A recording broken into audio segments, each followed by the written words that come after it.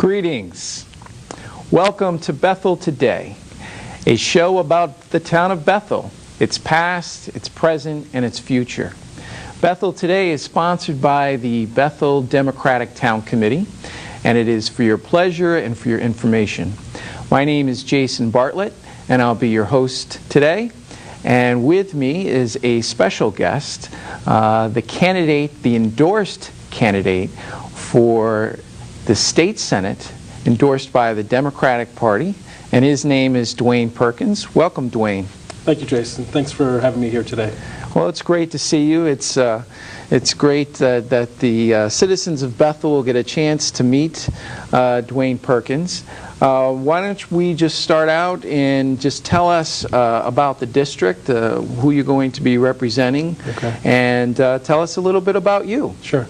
My district will be the 24th district. It encompasses all of Danbury, a small portion of Bethel, all New Fairfield, and Sherman. I'm from Danbury, born and raised. Went to the public school systems, Haystown, Mill Ridge, South Street. Also through the Danbury Public High School, and when I left the public school system, I went to Northeastern University up in Boston, finished there, went to University of Bridgeport and got my master's degree. Wow. Came back, did some work in the area, and here I am. Well, I think you left out a little bit, because it's my understanding that you really excelled in high school. You were a track star, a football star. I mean, you folks at home may not be able to see it through the big screen, but we have a very strapping, fit candidate here. So tell us a little bit about your experience at high school and just, some of the other things along the way. Yeah, I played actually two sports in high school. I played basketball. I also played football under Gus Edwards. Okay. I was actually in a conversation the other day about some of our old coaches, Coach Maha, Coach Caniglio. They did a lot to mold those guys that run a team, help us become men, actually. After I left Danbury High School, we went on to do some other things. Did you play in college as well? Yeah, I played defensive end at Northeastern. I also played my first year there intramural basketball. We actually won a championship. A lot of guys were saying, you should come out and try for the varsity basketball team. But I just didn't think I could make the basketball team. I was more fit, I believe, to be a football player. Okay. Guys my size were playing guard, and I didn't have the kind of handling skills, if you will. So you got a degree at Northeastern, and then you said you went to University of Bridgeport. Yeah. What are your degrees in? Majored in marketing at University of Bridgeport, and also marketing at Northeastern University. I kind of like the marketing aspect of it. All right. And you have some kids, don't you? Yeah. I'm a proud father of three. Okay. Kia, April, and Ashley. Wonderful. Those are my three daughters. Wow. All right. So they're going to be working on the campaign? Yeah, I already got my granddaughter working on the campaign. Actually, I mentioned granddaughter. She's been a little worker bee, and she likes to do whatever I ask her to do. Everything from stamping envelopes and folding letters and creating databases in Excel. Well, that's terrific. And we talk about Danbury and growing up, but you got a huge family here, don't you? I mean, you have some real solid roots with the community here. Yeah. Perkins family, very large family. You probably heard of some of the family reunions that we've held in the area. 300-400 Are they wild people. Or something? No. Not too Just often. a lot of people. Yeah, just a lot of people. All right, well, that's terrific. Well, I think it's important, as a candidate, to be grounded. Sure. And to have that kind of family background and that investment going through the school systems. A little bit about the area that you're going to represent, and the care about the people you're going to represent. Sure. Just by the fact that you have so much family here and that you've got so many ties. Yeah. And you've come back. Sure.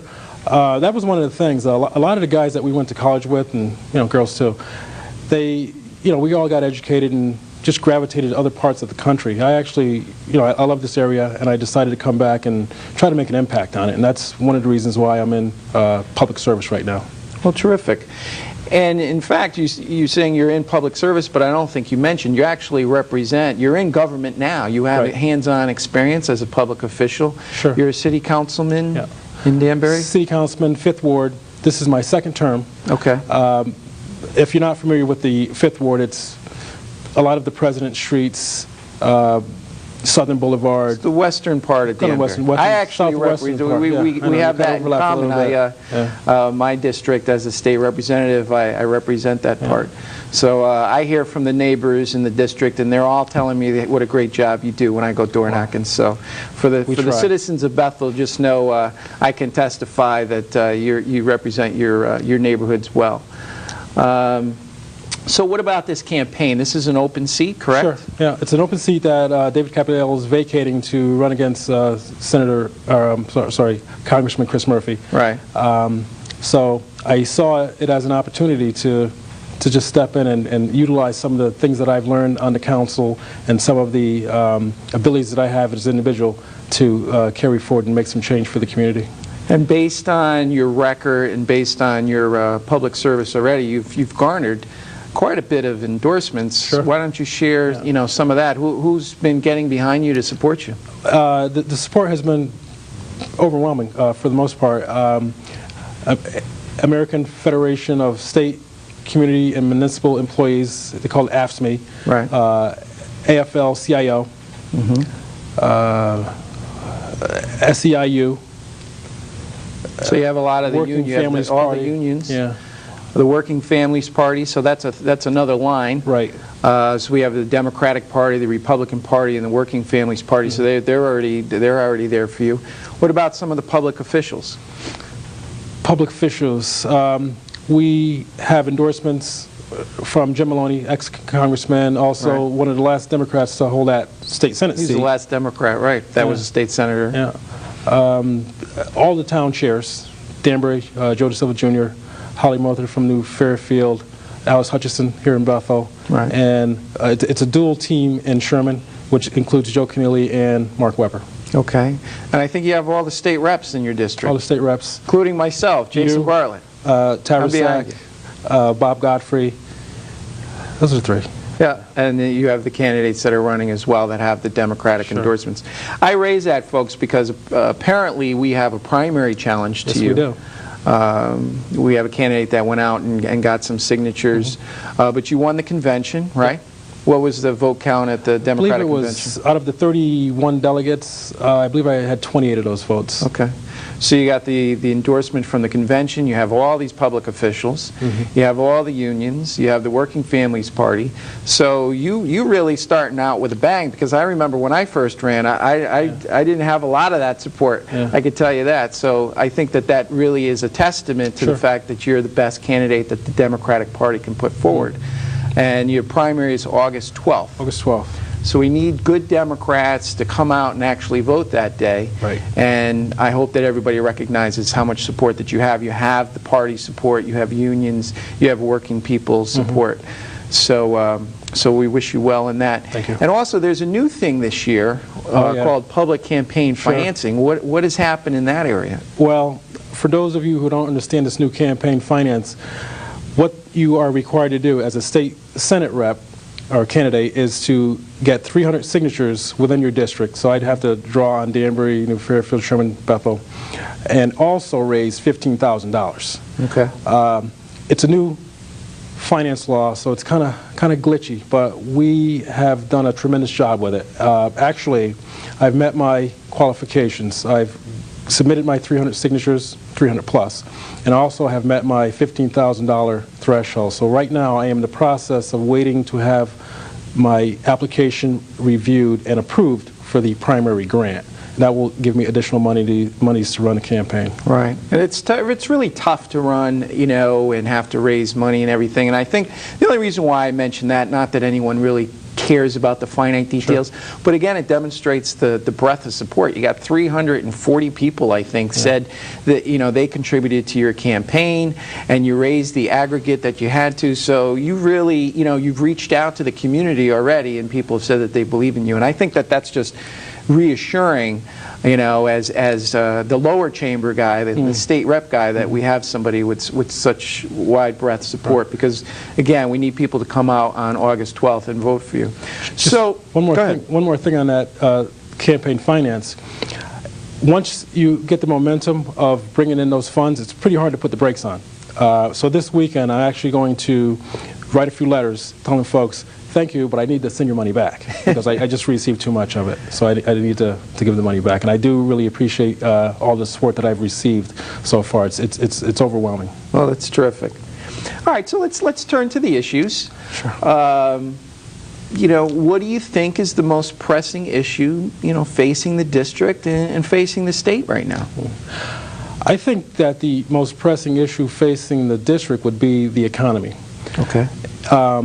And the campaign finance, where I was out collecting those signatures, I heard kind of a pattern. A lot of people were hurting out there. Right. In between high fuel prices, in between the oil prices, in between mortgage payments and other normal costs of living, the economy's it's on its heels right now. And that made the part of the campaign finance, at least initially, a little difficult. One of the things one of my friends said to me initially was, you know, it's going to be hard for you to raise that money in this type of economy. Right. He works in the lighting industry, so with a bad housing market, naturally it's going to impact his business, and that's the first thing that he said to me. But he did say, I'll support you 100%. So, and obviously he did, because I, you know, again, met my finance goals in a rather quick time. On June 30th, when we have to file reports, I had about $6,700. 10 days later, I had almost $12,000. So, well, I think that you're right. I think that you know, with people looking at gas prices, you know, potentially moving up to $5, and like you said, foreclosures. I mean, it's just it's really a lot of pressure. It's probably not even a great time to really start, because there's going to be some tough decisions to make in terms of the budget and priorities next year. One more thing on that line. I'm in another, this is a true story, I'm in another person's office to receive a contribution. He's on the internet with a screen for oil prices.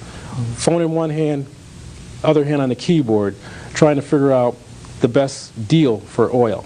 You know, do I fill my tank up at one price, a 1,000-gallon tank, in the middle of the summer, or do I buy less for a higher rate?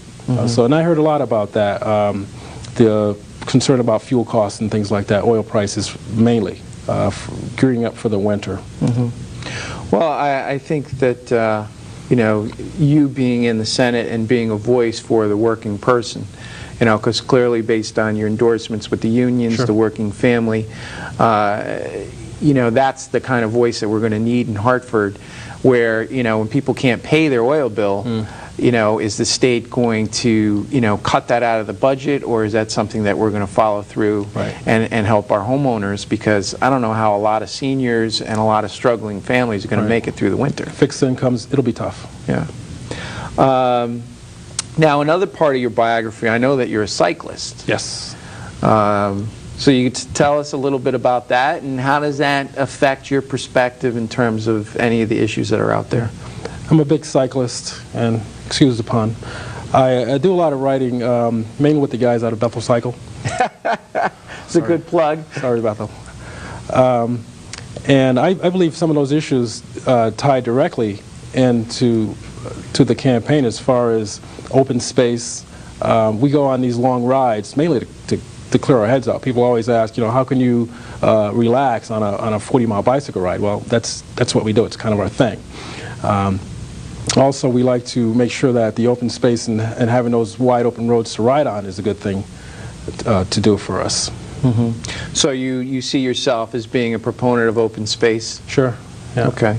Well, I mean, you're touching on a subject that's dear to my heart, because I definitely think, you know, in terms of Terre Haute and other lands in and around Danbury and Bethel, we need to do more to preserve open space and to control sprawl and that kind of thing. So, you know, if that's where you're at, that's a terrific thing. What about energy and just like mass transit and stuff like that? I mean, as a cyclist, you must have some opinions. Energy is another big issue, especially for my campaign. I'd like to see some type of comprehensive energy plan for the state. Maybe a commissioner of energy, if there is such a thing, or maybe some type of If there's anything that you legislate, just understand that. Okay. Understand the power that you're inheriting.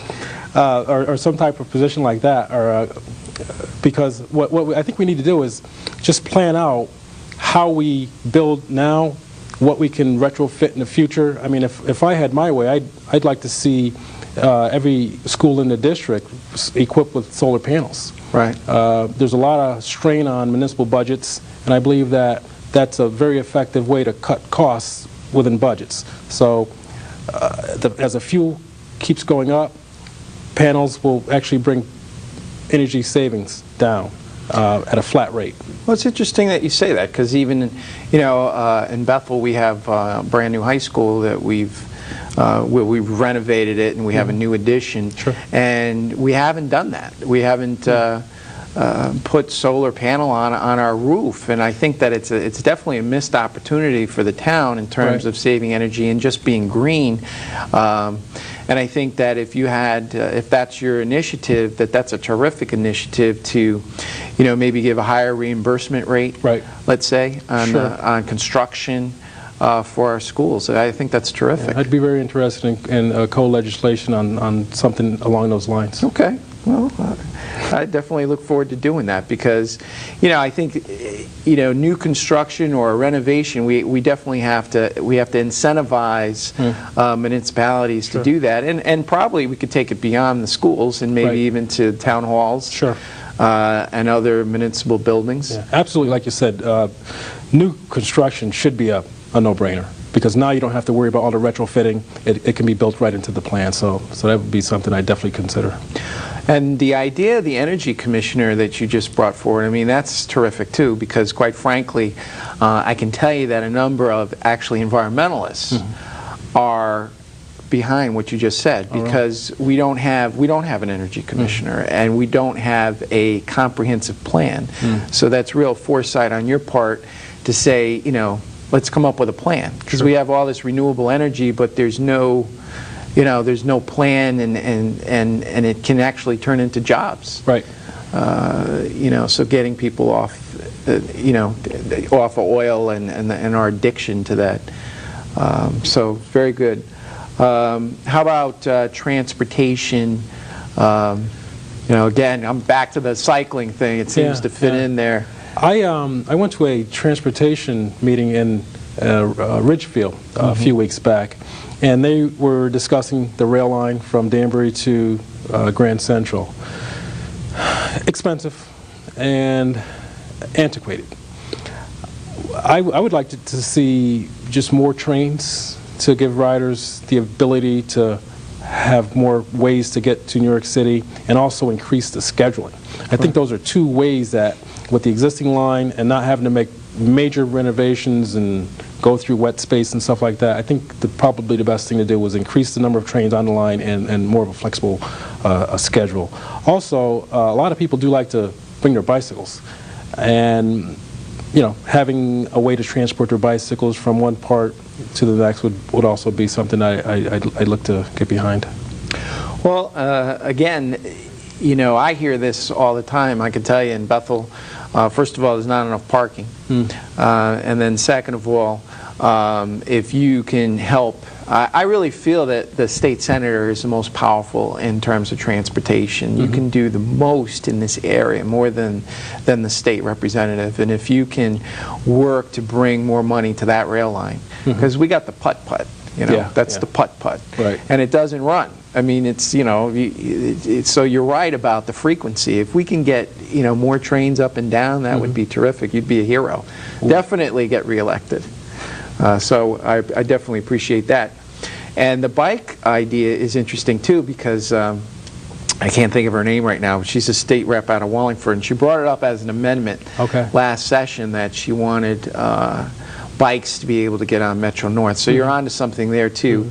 Not only, I think buses and trains, that's a real issue. Yeah, buses, pretty much the same thing. I mean, increase the number of bus buses that would run to certain routes, you know, you're going to get drawback about, you know, the buses are going to get caught in traffic. But I'd rather have one bus caught in traffic with 20 or 30 people in it than those 20 or 30 people in their own cars. Right. So that would be a trade-off as far as those buses. But that's also another a means for reducing the amount of vehicles on the road. Number of buses increase, and also, again, flexibility in their bus schedules. All right, great.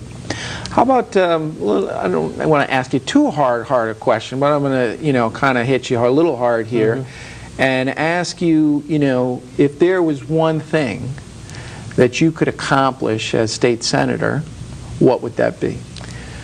I think that I would like to look into healthcare. Okay. I'm a teacher up at Naugatuck Valley Community College, and a lot of those students there don't have health insurance. They either missed a cut because they're too old to be claimed on their parents' return, or they make too much money. Either way, they are uninsured. Working part-time jobs. Rather keep it in their pocket than pay a premium, right? And they're working young. part-time jobs, not being covered, and they just say, hey, I'm young, I'll take the chance. Right. They get injured and hurt just like, and ill just like the rest of us. So it is very risky. And I think that I can have the most impact on the most amount of people by implementing or helping to implement some type of affordable, quality health care plan that covers anyone who needs it. Well, I mean, that's huge because, you know, I've been in the legislature for 2 years, and, you know, I don't think that we can do enough in this particular area because, you know, as you go through this campaign and door knock, I mean, you're going to find people that are really struggling, you know, to make it, and the small businesses, right? I mean, they can't afford these premiums, so. I think that if that's your goal, then that in and of itself is pretty huge. Sure.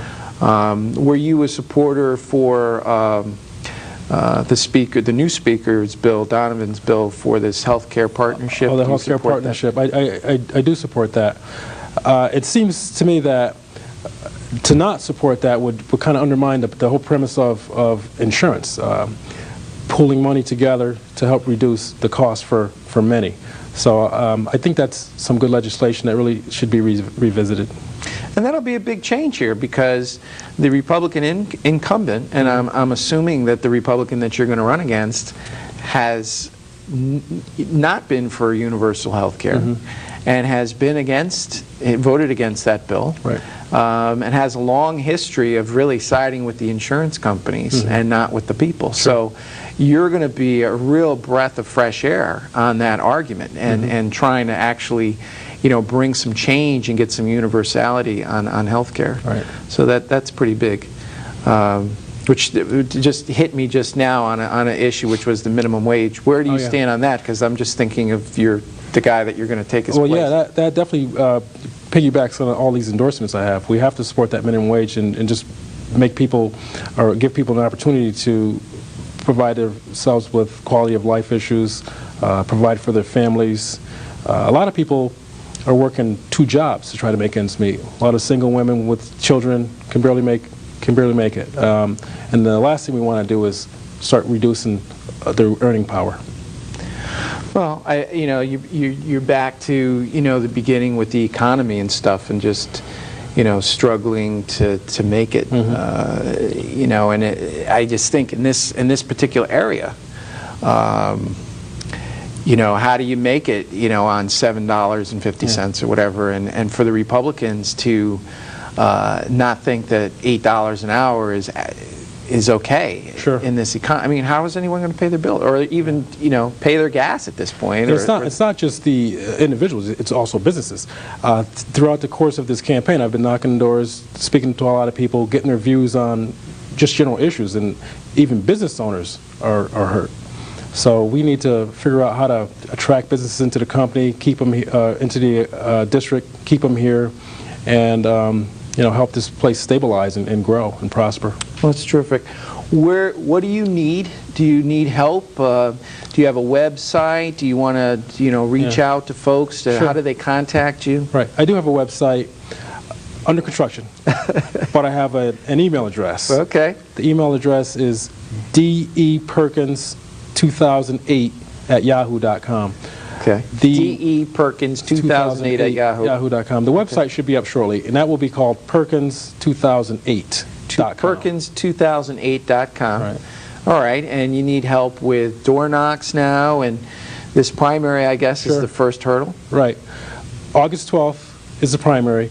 We are looking for volunteers. Okay. So if anyone's interested in getting in on a campaign on the ground floor, we're going to make you do the basic stuff. You're going to make phone calls. We try not to wear you out with the phone calls. You'll stuff envelopes.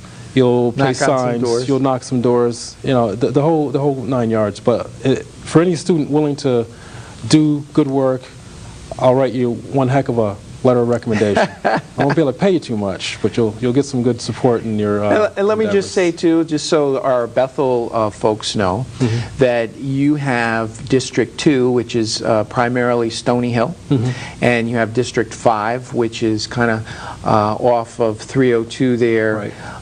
So those are the two districts that you'll be representing in the State Senate, and those are the two districts that we're asking Democrats to come out and to support Duane Perkins on August 12th. Right.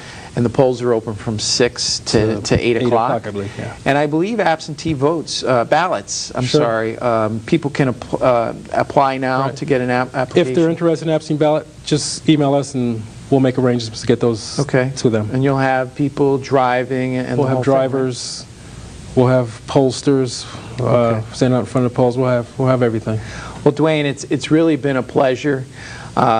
We appreciate the Democratic Town Committee of Bethel appreciates you coming. We're supporting you 100%. And I hope that today, folks, that you've had an opportunity to meet Duane Perkins and hear a little bit about him. You're certainly educated. Sure. You've given public service, and you have a passion. You have family here, and you're ready to go. And most importantly, you're right on the issues. You're for the working person. You want to do something in terms of the economy. You're for environmental preservation.